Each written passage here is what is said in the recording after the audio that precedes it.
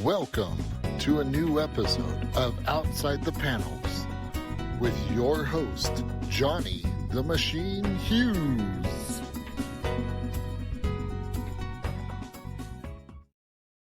Welcome everyone to another episode of Outside the Panels. I'm your host, Johnny the Machine Hughes, and this time around we are so outside the panels.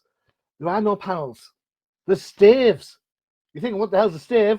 Well, I've got a guy who'll be able to help us out with that. It's music composer of many an animated series, including one of my favorites, Rocko's Modern Life. It's Pat Irwin. Pat, how's it going? It's going great, thank you. Excellent. I have to say, Rocko's Modern Life, back in the day, back in the 90s, there were two tribes of people where I lived. You either like Rocko's Modern Life or you like Ren and Stimpy, and never the two should meet.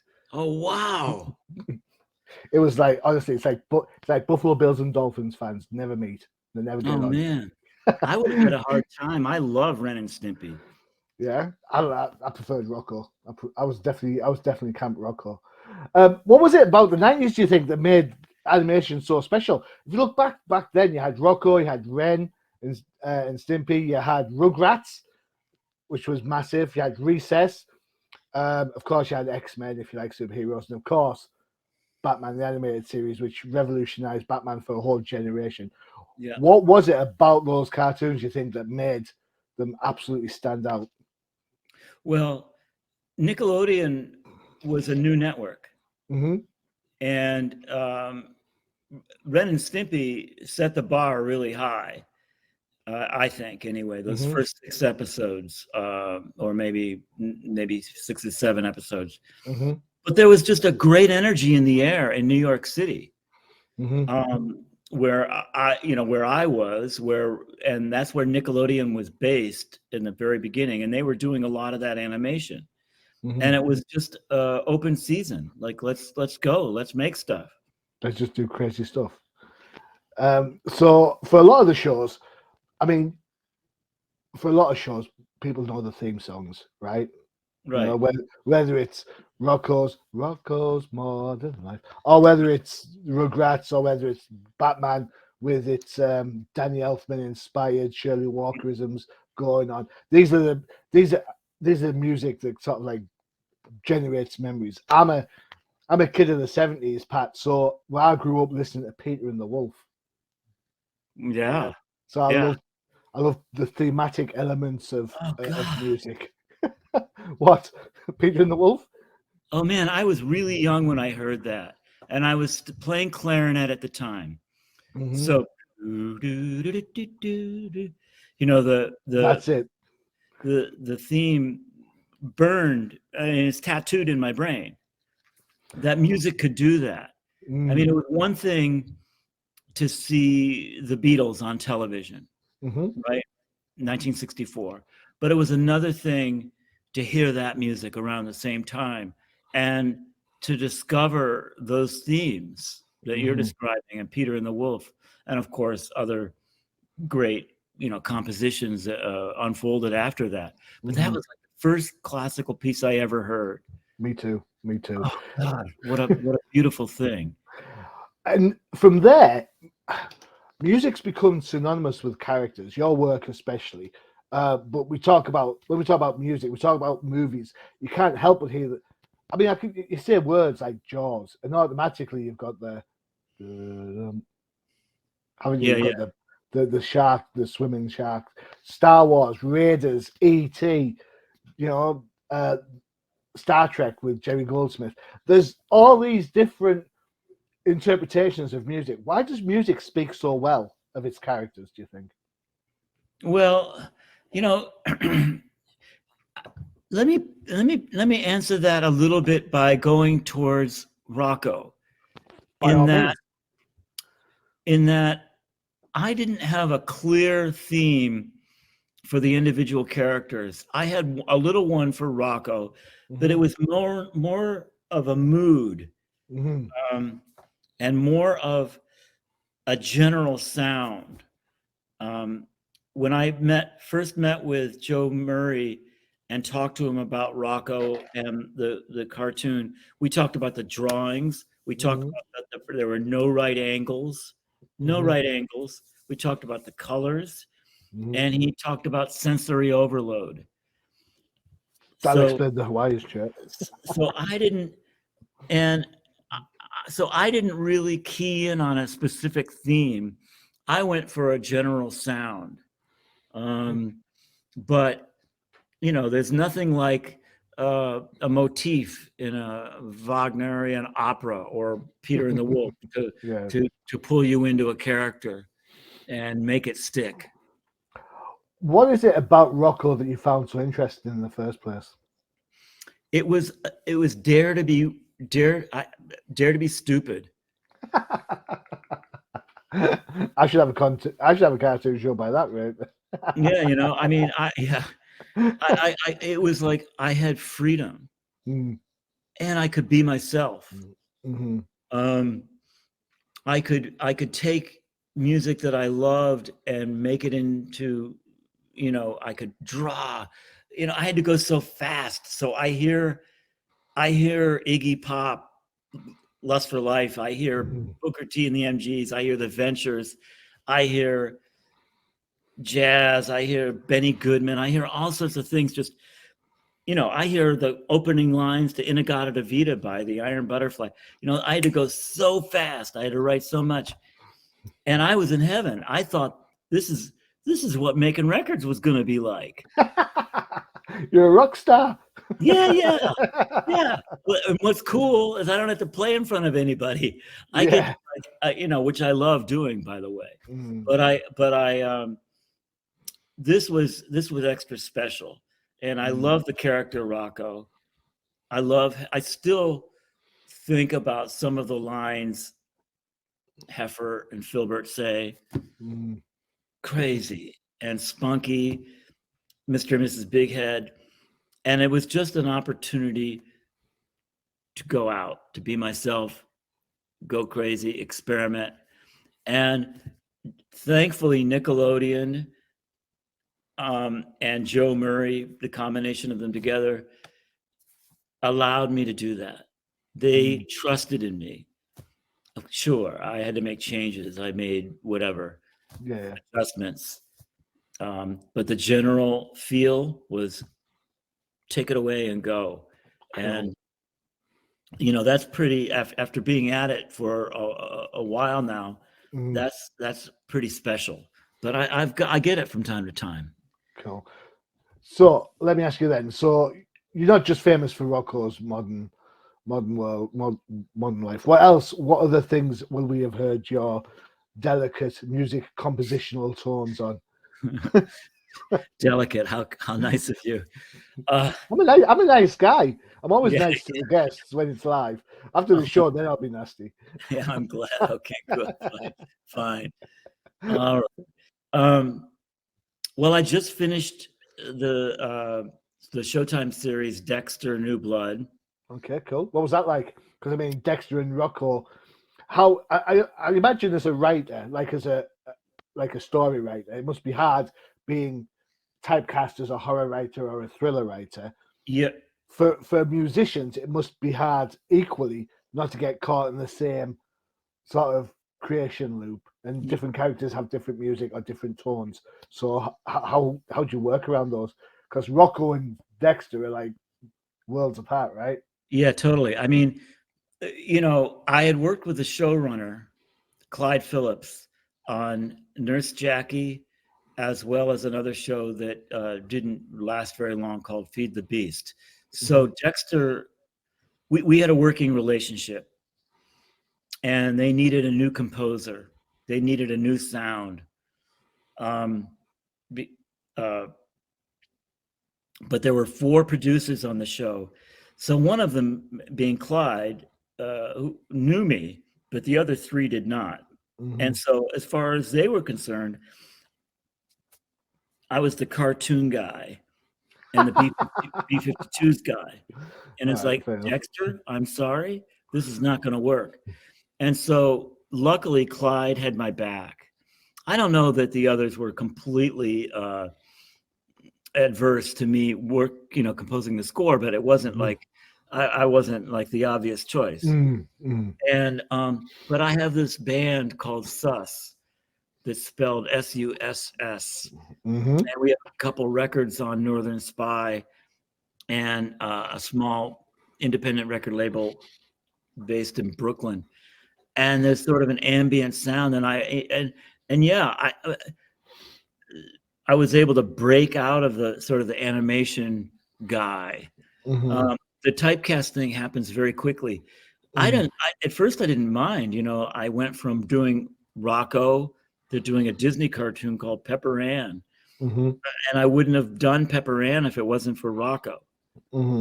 And then SpongeBob, then, I didn't do all of SpongeBob, but I did some of it. And then some other shows, all the way up through Class of 3000 with Andre 3000. All right. Wow. So that's cool. Ooh, that's a mix then, isn't it? Definitely, for sure. It's interesting when you get typecast as the cartoon guy. Yeah.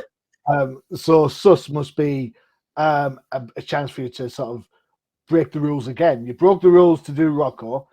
Now you're kind of henpecked in this Rocko's modern cage, and now you get to do Sus because you can blow it out and then enjoy the ambient music. For anyone who is an idiot and doesn't know what ambient music is, would you like to explain that for me, please? Well, ambient, I first became of ambient music because I was, Brian Eno, but I was working with a composer named John Cage, and ambient music is very still and relies on factors other than explicit melodies. It's more of a sound, of a feeling, of a vibe. John Cage would rely on chants, operations, and it just was a life changer, and it really influenced my work in Rocko a lot. It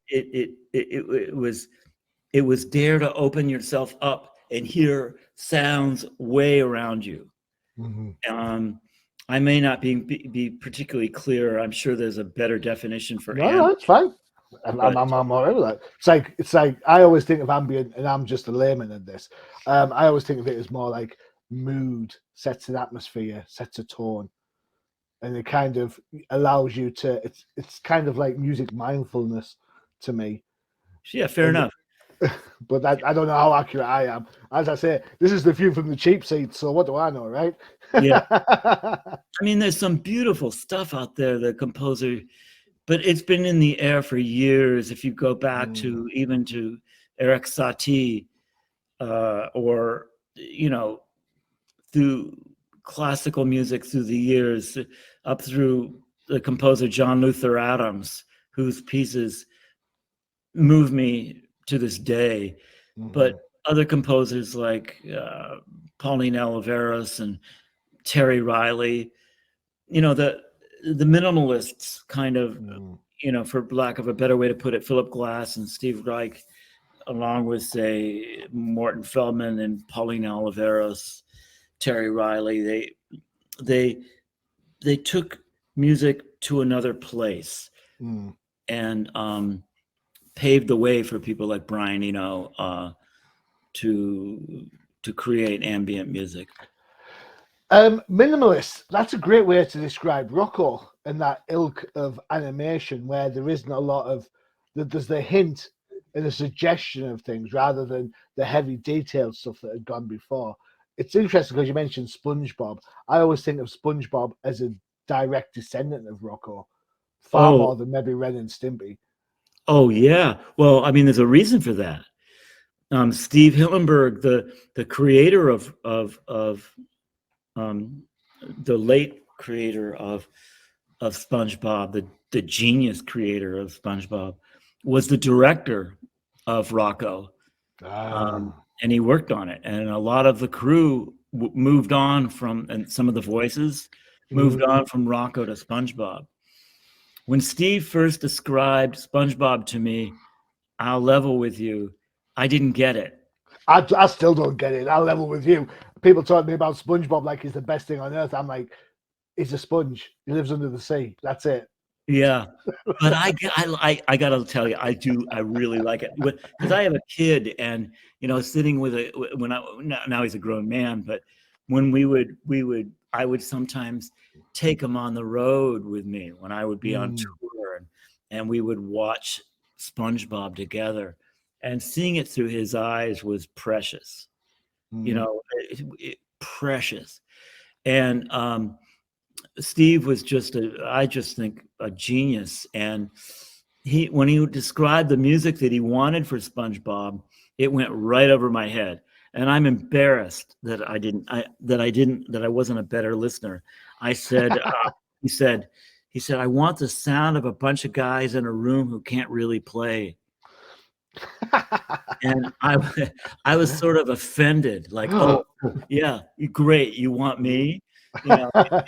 Instead of really listening and wrapping my mind around it, I regret it because I just think those characters are sort of lovable and goofy. I think Rocko is much more dynamic and alive in different ways, but I love them both. I'll be honest. Well, when I look at animation back then in the 90s, there are some shows, I mentioned them earlier, and they're very much of its time. Whether it be Rugrats, whether it be Recess. We talked about this a little bit about the superhero stuff like X-Men, Batman the Animated Series, which has a fantastic musical score, very much Peter and the Wolf with themes for different characters and stuff. All of those shows seem to have like a shelf life. And yet you've got shows like The Simpsons, which has got to be the longest running show in the history of the world ever, I think. Yeah. What's the attraction? Because I'm going to be honest. I'll be honest again. I think I stopped watching The Simpsons about 10 years ago, if not longer. Yeah, me too. Why are The Simpsons still so popular? Those characters are fantastic. I mean, Marge. I mean, please, Bart. These are great characters. They're great. Marge, as if you want to date it, man. The blue hair did it for you, right? It's just good writing, good characters. They gave it a chance. I wouldn't doubt that if Rocko, there's a human element in The Simpsons that makes it almost like a sitcom. Whereas I think Rocko, for instance, is a little bit, the characters are a little more abstract. Agreed. Even though it is a family, it's a group of slacker friends. With The Simpsons, now that I think about it, it's like a sitcom. It's a family. Oh, there's a family. That's like my family. It's married with children. Yeah. Maybe not quite married with children. Well, never mind. How did you get the B52s involved with Rocko? Well, I was in the B52s. What? Yeah. That wasn't on the stuff you gave. Whoa. Yeah. No one told me that. Sorry. Right, okay. Right, fine. I'm gonna say like an idiot. They were first of all, we were friends, and I knew them from the very beginning. I think maybe the second or third show they played in New York, they borrowed an amplifier from me. They were playing the Mud Club, and I lived at the end of the alley. Something to that effect. I've forgotten, but at any rate, and Kate and I were friends, and they were making a record which became Cosmic Thing, which had Love Shack and Rome on it. And they knew that they wanted to tour, and they asked me if I wanted to do it. And I was, yeah, sure, of course. Cool. I mean, if I'm going to be in a rock and roll band, this is one I want to be in.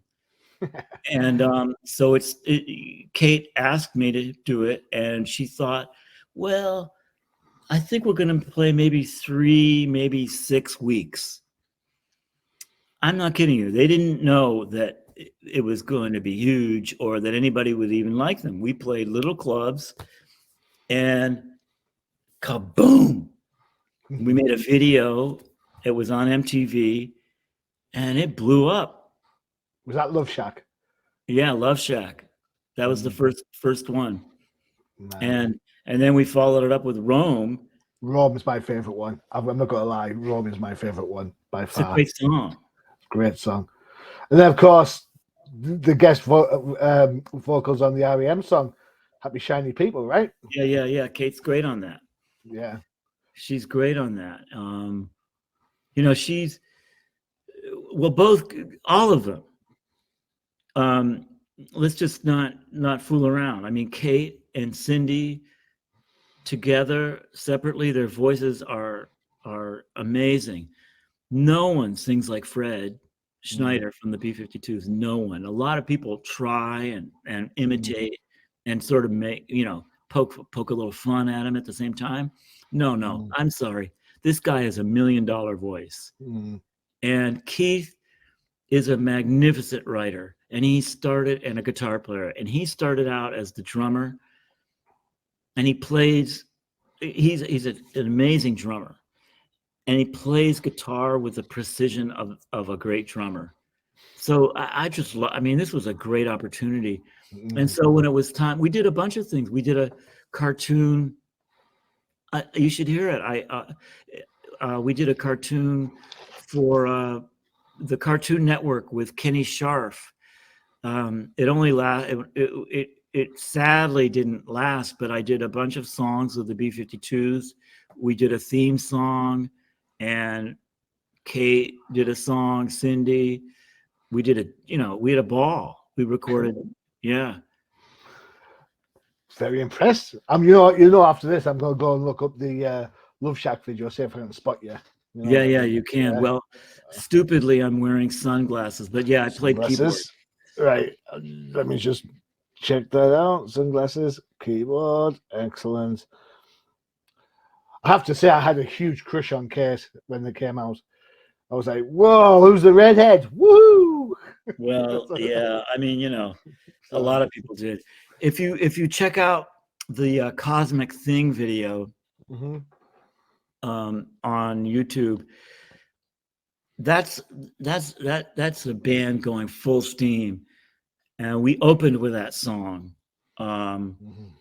Kate and Cindy are tremendous. We're all, you know, we're all wearing, I think, sequined outfits. I've got a red sequin suit. Woo. Yeah. Woo, woo. Yeah. But Kate is wonderful, and so Cindy. I mean, they're both magnificent. I mean, they're wonderful. What did they think of you when you went all Rocko's modern? Did they encourage it and want you to go all modern world, modern life with it, or were they happy to go along and do the theme and everything? You mean? I'm not following you. I don't quite understand. So were they happy when you went from kind of rock god to cartoon animation god? Oh. Well, actually, that's sort of a fun timeline there, because, you know, I was doing Rocko, I was doing Pepper Ann, and then maybe I did an HBO cartoon for little kids called A Little Curious, but I was on the road. So I would have, you know, this is before computers at first, so I had a big old road case with a TV and a VCR, and we were touring with the Pretenders, I remember, and they'd have to load my gear would go in last because I come out of the truck first and either go to the dressing rooms because I had to write the music for these cartoons. Or it would go to my motel room. It was pretty hair-raising, you know. So we would build tours around like my sessions for Rocko or Pepper Ann. You know, I would be in Kansas City, but I'd have to fly to LA. Yeah, you know, that kind of thing. So, do you think that a lot of shows like Rocko, do you think they helped people find fans of your music, of the B52s? Because I'll give you an example. my kids didn't realize the Bare Naked Ladies were a proper band. They thought they just sang the Big Bang Theory song. Yeah, yeah. And I'm like, are you kidding me? If you've not heard 2 weeks, you know what? Yeah. Same with Birdhouse in Your Soul. Who sang that? Oh, they did the. Birdhouse in, oh, I'm gonna have to Google that. Who sang Birdhouse in Your Soul? Birdhouse. They Might Be Giants. So Oh yeah, they might, yeah. So you've got They Might Be Giants, and then they did the Malcolm in the Middle theme, and everyone like knows them from that. Not, I'm like, how do you not know these? How do you not know these bands? Well, That's kind of where I'm at. well, I mean, to me, that's fantastic. I love that because I'm a teacher also. I teach at Brooklyn College. Cool. And I teach at NYU. And to be honest with you, most of my students don't really care about the B52s. Sacrilege. Fail them. They get low grades. Yeah, they've never, I mean, you know, but they grew up on Rocko. Yeah. So they'll be like, and I'll play some of the music and it will be like, oh man, I remember that episode. Yeah, that's when he's got the ice pack on his head and he's got the flu and all this stuff is dripping out of his ears. Or, oh yeah, that's the one where Heifer wants to join the herd and he wants to go to market with all the other cows. He doesn't want to go to market. No, he doesn't want to go to market. Oh, man, I love that episode. That is so funny. Hey guys, where are you going? We're going to market. Can I go? He's the one I want to go to the market. No, you don't. Right, time for a break for one of our other shows. I don't think I've got anything that's Rocko-esque, but you know what? Why not? We'll do this one. See what you think about the theme for this. This is one of my favorites. It's the Old Timers Comic Book Show.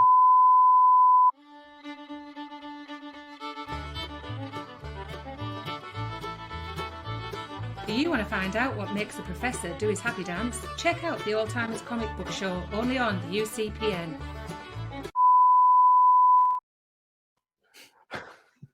Cool. See, you're trying not to laugh, but everyone laughs at that. That's the Old Timers Comic Book Show where the hosts aren't old, but the comics most certainly are. Check out this week's or most recent episode for a celebration of the oldest hero in town. Yes, it's old Superman's 85th anniversary. There you go. Check it out.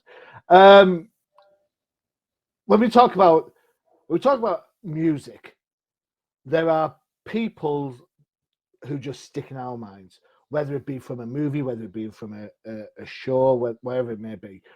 Who are the people that stick in your mind?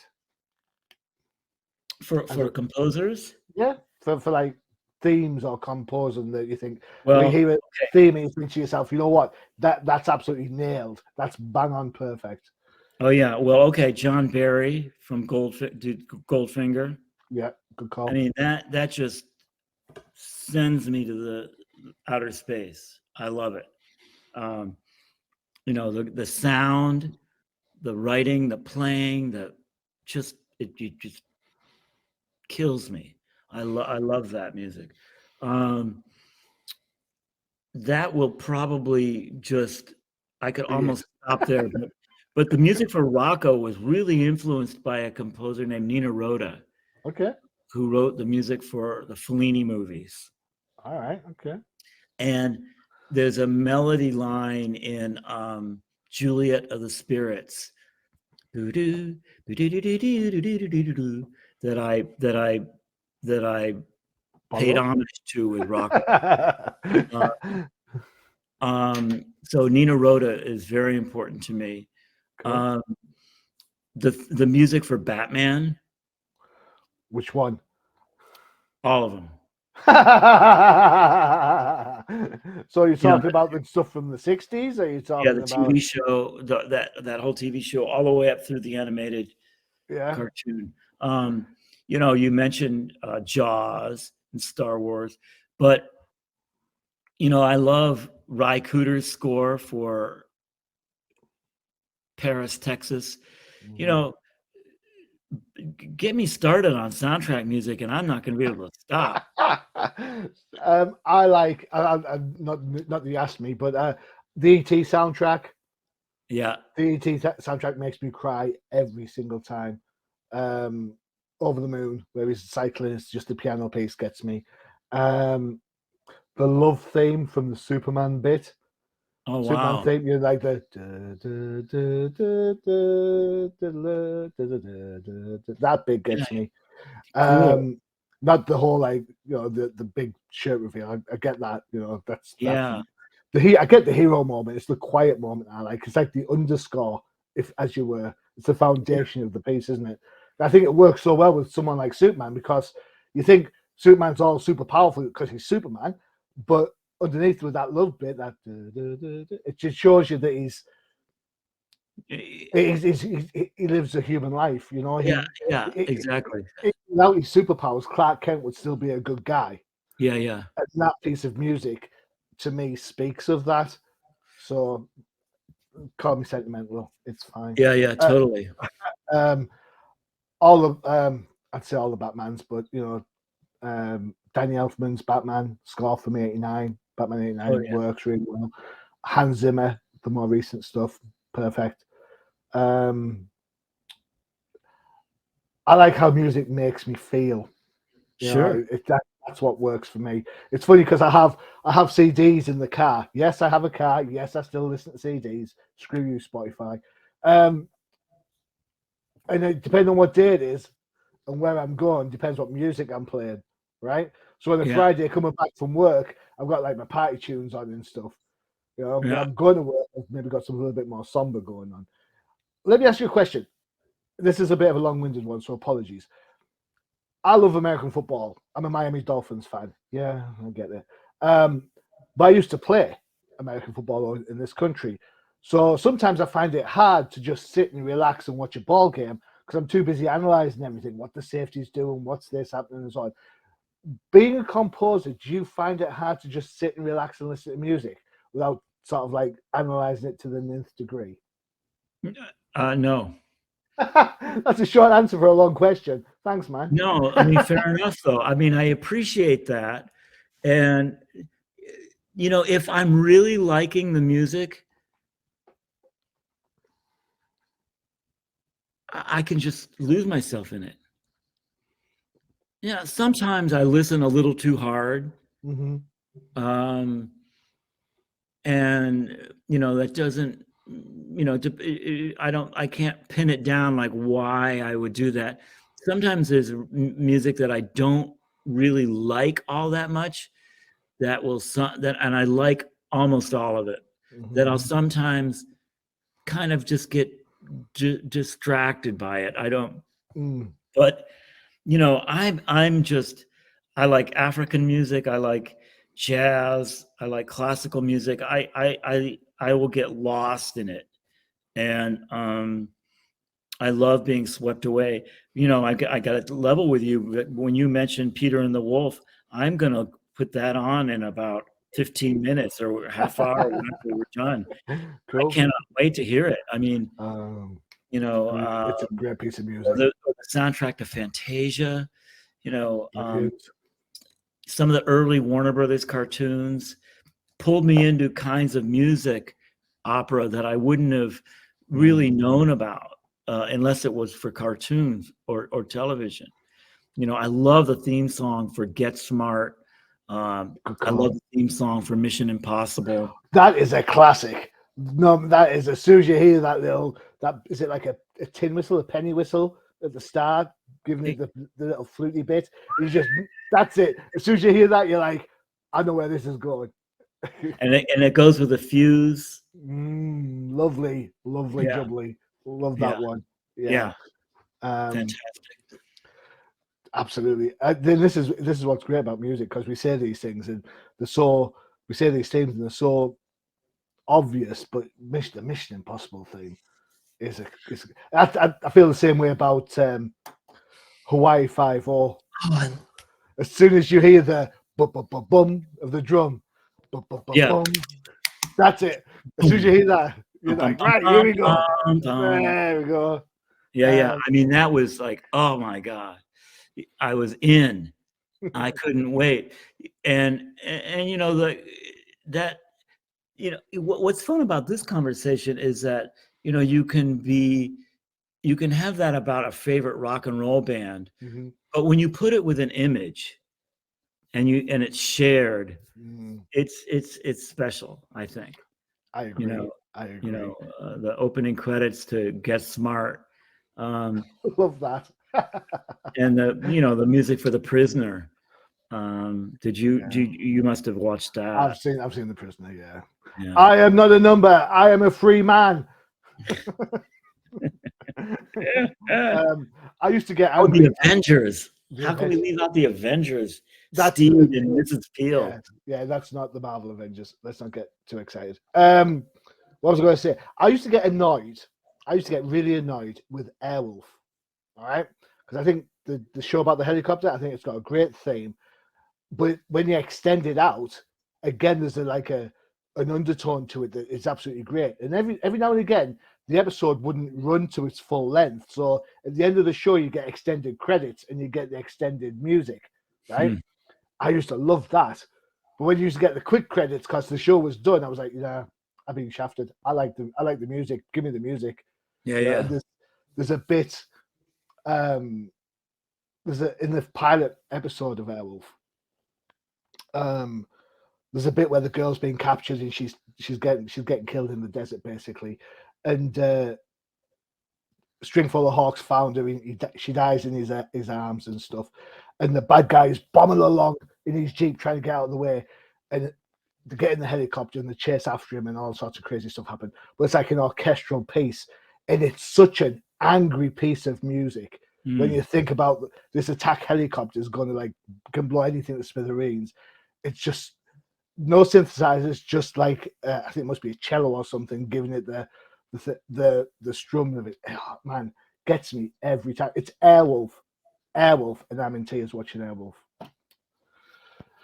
That's what music does to you. Yeah, totally. Yeah. But, man. I don't know that one, so I'm going to go there pretty soon. I'm going to try and dig it out on. It's on YouTube somewhere, but it's the pilot episode.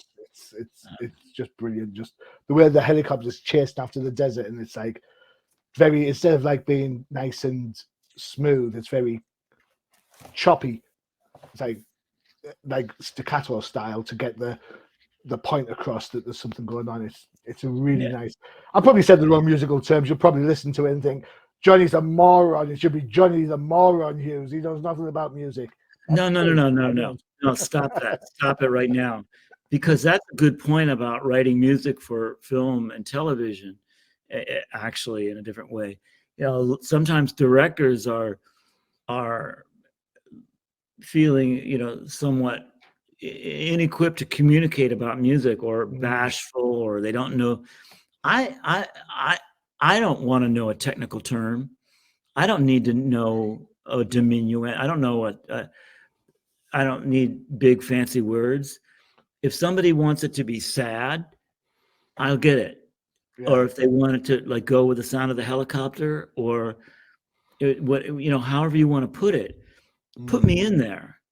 You just any way you can, I'm there, and so the way you're describing it is perfect as far as I'm concerned. I feel bad that I used the Stave joke at the start of the show now. Oh, damn it. Yeah. You have an album out. I believe you have a soundtrack out. It's out right now, correct? Yeah. What is this album then? Well, I mean, I got to tell you, I have miles and miles of music from Rocko's Modern Life with a great band. I mean, the band is just amazing. And I kept pestering my agent to get in touch with them to see if they would release it. And all of a sudden they would. Hey. I mean, for years they wouldn't. So I just picked 8 or 9, 10 pieces, and put together, I call them suites, really, Yeah. So everything that you hear on a track is from a single episode. It'll be all from the episode Trash of Madness or Snowballs or whatever. And I've got my fingers crossed that there'll be an expanded release, because right now it's just digital only. Okay, it's fine. And so it's on the aforementioned Spotify. It's on Apple. You know, all of those. I don't know what they are. Amazon. And That's fair enough. and I'm hoping that in the fall there will be an expanded release with more music and the theme with Kate and Fred from the B52s. Hopefully, Cool. I know it will be. So they, you know, I want them to release more, and then, you know, you got to hear this music. I mean, this was an amazing band, and we had in the studio. We would set up in the morning with the bass and the drums first. The trombone player and the saxophone player would come next, or a clarinet player.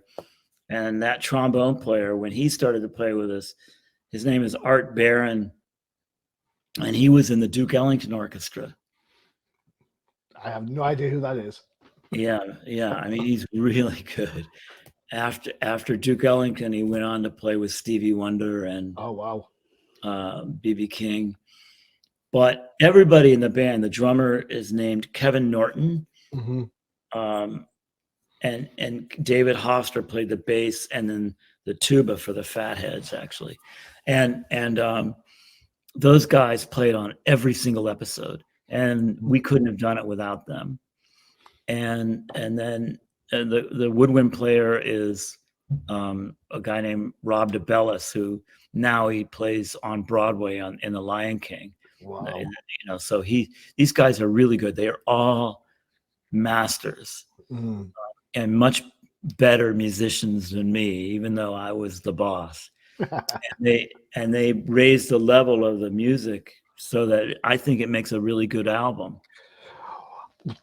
A question just popped into my head. When you were recording the tracks for the animation, did you have the animation on to see the beats, or did you just kind of have a script? How did it work? How did you correlate the music to what was going to be on screen? Yeah, I wished I could say that we had the image going, but I can't. We didn't. That's fine. We didn't have the time, but I had to write everything in, so everything was precisely written. So if Rocko, like for instance, in the Machine Madness episode with no dialogue, and he goes points and he goes, I had to write that. Okay. So it was, you know, I had storyboards and timings and rough cuts, but we didn't have the time or the budget to do, or I didn't really know how to do it anyway, to be honest with you. But I didn't have the technology to show the, you know, the. I think it works better that way, to be honest. I think because you've mentioned Rocko animation styles, it's a little bit chaotic, it's a little bit out there. There's no right angles, the color scheme. I think that level of fluidity in the music shows. I think if you become too pedestrian and too have to hit the beats, then you've kind of lost part of what the show was about in the first place. Yeah, I appreciate that. Thank you. I mean, I think you're right. I mean, I think I sensed that very early on. Like when something would happen, for instance, in the Jet Scream episode where the characters are running up and down the aisle of the plane, and then Rocko finally he explodes. I didn't get too close to the picture. I went for an overall mood of chaos, and which is where your ambient background comes in handy, because that's what we're talking about at the start of the show. Ambience being that kind of that mood, that kind of general feeling type element. Yeah. Thanks. I appreciate that, because I agree with you. Really? I mean, I wouldn't necessarily. You could easily call it mistakes with the live musicians, but that would be wrong. It was more like they made it better. Like I would write something, you know, I'd write a note here and I would write a note here, and they could fill it in with expression in between. What a great musician will do, particularly the drummer. And so instead of like hitting on the downbeat, boom, he would give me like the Hawaii 5/0 kind of thing, and he would give me an intro on it, and it just, let's go with it. You know, hell of them. I mean, this is what he played. I'm going to go with it. And my music editor and the mixers on the other end really gave me the freedom to go for that kind of ambience chance. You know, the drummer, I remember one time, you know, the Rocko was going up the stairs from the basement, and he reaches down to his equipment, and he pulls out like a kid's whistle, and he goes, woo, and he just played it, and we kept it in there. Another time he reached down and he pulled out a squeaky duck, and we kept it in. You know? and nobody got hurt. Nobody got hurt. No one was injured in the film of this. Yeah. Do you know what it screams, Pat? It screams that people, when they hear the music, it kind of pervades them, and they don't realize that it's there until after a while, and people know the Hawaii 5/0 theme or the Rocko theme or whatever, the Mission Impossible, you know, flute at the start. You know, music is such an integral part of what we see, what we do, how we do things. Music can capture, not to be too over the top, it can capture who we are at that moment. And I think when you cover a career such as yours, I think you've done a fantastic job. So thank you. There you go. Excellent. All right, Pat, you've been fantastic. Thank you so much for spending the time. For everyone interested in Rocko's Modern Life CD soundtrack, it is available, as Pat says, digitally. Check out your various platforms to see where you can get it from. It's entirely up to you where you go. I don't necessarily dislike Spotify. Just saying, I prefer CDs in my car. There you go. But of course, Spotify is there, Amazon Music, Apple Music, and all that sort of stuff. There you go.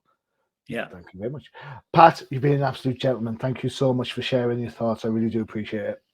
Thanks for having me. It's been a pleasure. You are more than welcome. I can talk soundtracks till the cows come home, but that would be a really long pod. All right, there you go. Pat Irwin of Rocko's Modern Life soundtrack. Don't forget to check out the UCPN for all your favorite shows. Saw the advert for it earlier, the Old Timers Comic Book Show. And if you like your figures, you've got Crisis in the Toyverse, as well as No Price Podcast for you Marvel fans, and the Definitive Crusade for all you DC lovers out there. I have been your host, Johnny the Machine Hughes, and as always, adios.